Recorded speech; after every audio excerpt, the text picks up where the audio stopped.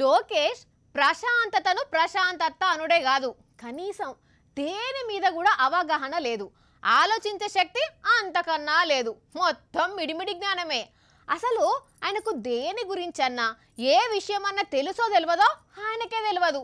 ఏదైనా తెలిసిన ముచ్చటైనా తెలుసని తెలుసో తెలియదో కూడా ఆయనకే క్లారిటీ ఉండదు. కాకపోతే టీడీపీకి జాతీయ ప్రధాన కార్యదర్శి మీదికెళ్ళి చంద్రబాబు కొడుకు పెద్ద లీడర్లని పొంకనాలు కదా.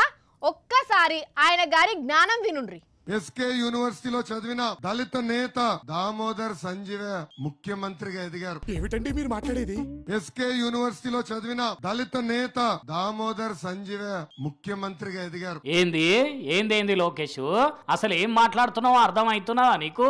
దామోదర సంజీవయ్య ఎస్కే యూనివర్సిటీలో చదివిండా? ఎట్లా మాట్లాడుతున్నావు? నోట్లకేంచా ఆని ముత్యపు మాటలు ఎట్లొస్తాయి లోకేష్ నీకు?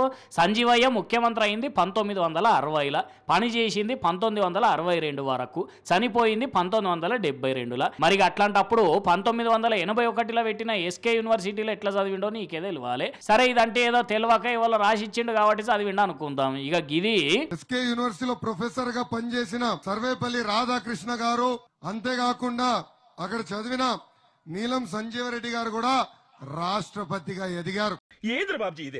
ఏదో మాట్లాడాలి కాబట్టి మాట్లాడుతున్నావా, లేకుంటే నీ తెలివి నీ పనితనమే ఇంతనా?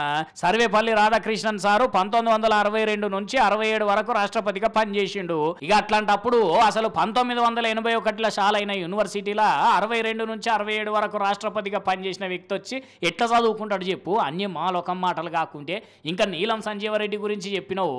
ఆ పెద్ద మనిషి 1931లోనే అనంతపురం ఆర్ట్స్ కాలేజీలో చదువు మధ్యలో మానేసి స్వాతంత్ర ఉద్యమాలకు పోయిండు.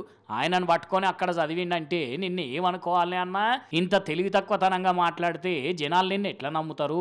లీడర్ అని ఎట్లా యాక్సెప్ట్ చేస్తారు? ఫ్యూచర్లో నువ్వు చెప్పేది జనాలకి ఎట్లా పోతాయి? లీడర్ అంటే ఎట్లుండాలి? ఏం చెప్పకుండా కామ్గున్నా పర్వాలేదు, కానీ మాట్లాడితే మాత్రం బరాబర్ ఉండాలి. దేశానికి రాష్ట్రపతులుగా చేసిన వాళ్ళను, ఉమ్మడి రాష్ట్రానికి ముఖ్యమంత్రిగా పనిచేసిన వ్యక్తుల చరిత్రను తప్పుగా జనాలకు చెప్తే ఎట్లనే?